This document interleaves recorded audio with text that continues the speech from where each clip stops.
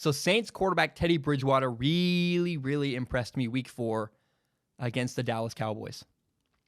Now, officially, by the way, he's Drew Brees' backup. He's not the starter in New Orleans. But he is currently earning the right to become the next guy. So on Sunday, it was 23 for 30 passing. That's a 76% completion percentage. Had 193 yards, 0 touchdowns, and an interception. But I will also say the interception was not his fault. Hit a guy in the hands. It bounced off his guy's hands, up in the air, got intercepted. It was actually a really good throw. Should not have been intercepted. He should have had no interceptions on the day. But even with that, I acknowledge the numbers from Teddy Bridgewater are not flashy. They're not incredible. They're mundane. I mean, they're very consistent, though. A high completion percentage. I like that. But I watch what he does with the Saints, and he runs the Saints offense so well. He's just in rhythm. He puts the ball in the spots where they need it. He doesn't need to be the Patrick Mahomes of their offense. Their offense doesn't call for that. They take what the defense gives them, steal a lot of yards, have really well-designed screen passes, and Teddy Bridgewater executes them flawlessly. And I also want to say, my one doubt last week about Teddy Bridgewater, I talked about this against the Seahawks. I said, there's not really a great completion downfield into a tight window. I kept waiting, and it never happened last week. Well, against the Cowboys, there were 2. I was like, oh, wow. Down the right sideline to Michael Thomas on back shoulder fades. I was like, you know what? Against man coverage and a tight window, that's a great throw. I finally saw what I've been waiting to see from Teddy Bridgewater, and I'm sold. I'm in. He can play, and he's the man. I really think, he's not Drew Brees. Teddy Bridgewater is not Drew Brees, and that's not a fair comparison. There was a one play where it was more apparent than ever that, Teddy's not Drew Brees. There was a 3rd and 8 on the 31-yard line. They're on the opponent's 31-yard line, which means that the Saints were on the edge of field goal range. And Teddy took a huge sack, lost like 12 yards.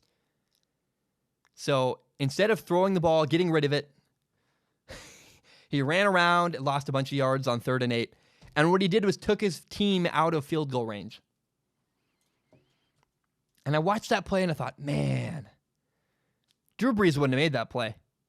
Drew Brees. I've done that twice in a row now. Drew Brees would have gotten rid of the ball and allowed his team to kick a good field goal. And Teddy Bridgewater is always going to be compared to Drew Brees. That's just, at least for a while, that's what's going to happen. He's replacing a legend. And so while it's hard to look at the Saints and go, Drew Brees, yeah, he really is, and obviously way better than Teddy Bridgewater. It's still working, though. The Saints are fine without Teddy. It's really cool. Or sorry, without Drew Brees. With Teddy, they work. Their roster's incredible. They have a great defense. They score touchdowns on special teams. They have a great special teams unit. And the offense is running very smoothly under Teddy Bridgewater. He's putting the ball in the right spot. And that's what you need to see from him. That's how you run the Saints offense. Is efficiency, is being a tactician, getting the ball in the right spot over and over and over again. That's exactly what Teddy Bridgewater does.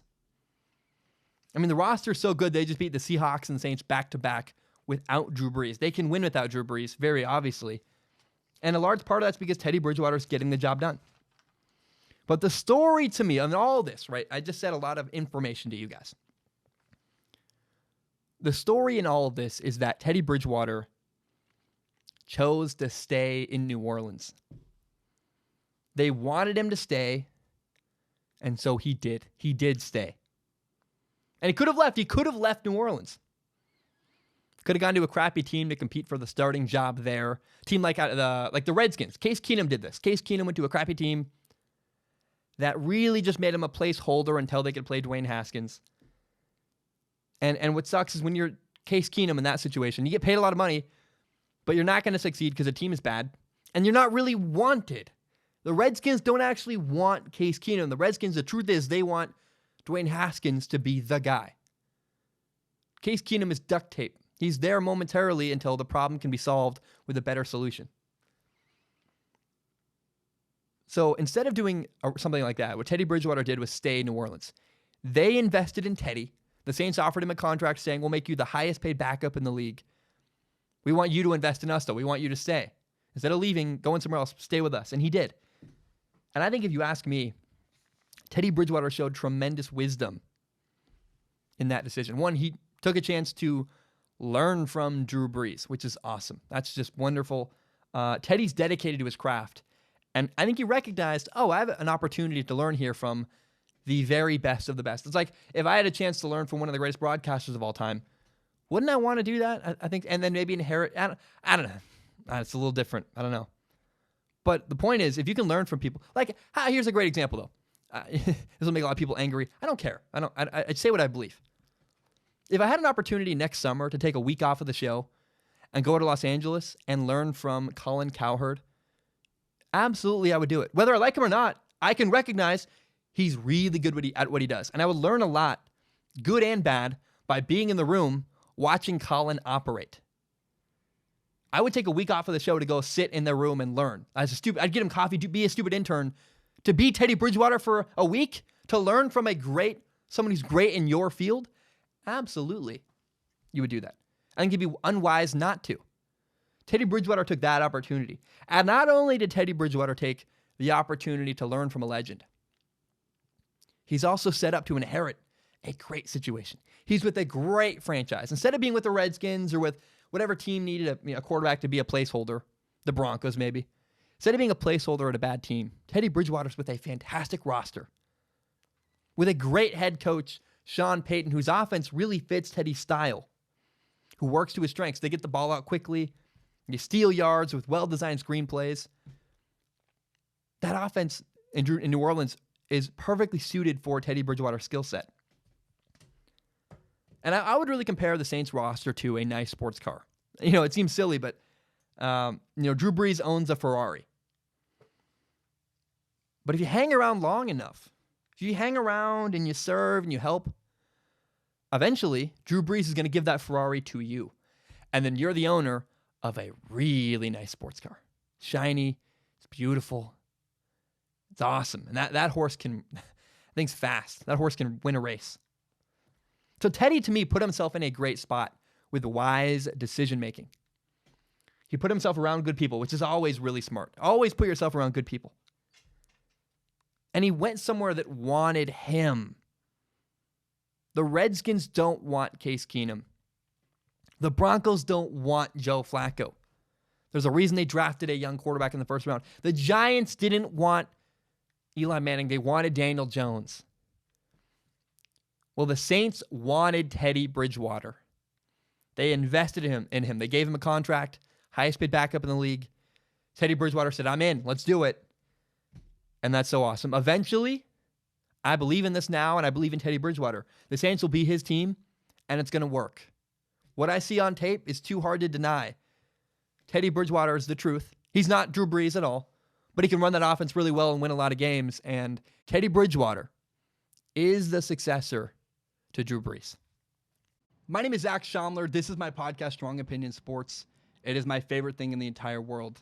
And you may not know, my dream when I graduate college eventually is to do this show as my full-time job. Now, I also want to be very upfront and honest about my plan and what's going on. I recently monetized my YouTube channel. What that means is that some of my videos make money through ad revenue. Now, it's fewer than you think. A lot of my videos get claimed. But in the past, I've received donations through the form of PayPal and Patreon.com. PayPal.me/Zach Schaumler, Patreon.com/Zach Schaumler. So because I'm making ad revenue, it felt weird to just get donations. I wanted to give something back to the people who support me on Patreon. So now there's a reward. If you support me on Patreon, you can submit questions at the dollar level or above. You just need to give $1 a month. If you do that, you can submit questions to a pool of questions where I look at. I'll read all the questions on Patreon, and I pick the top couple every episode and read them and answer them on a segment called Ask Zach. Pick the top couple questions and answer them at the end of every single episode. Now, that's for people who want to support me with money. If you have no money to give, I totally understand. I've actually never supported anybody on Patreon. I feel kind of weird about that. I'm a broke college kid myself. I totally understand. But if you believe in me and if you believe in my dream and still want to help me, one thing you can do is help me grow by telling your friends about Strong Opinion Sports. Share it on Facebook, Twitter, Instagram, whatever it is. Help me grow by telling your friends about Strong Opinion Sports. Guys, thank you so much. I know that was a long spiel. I really appreciate it, and hope you have a great day.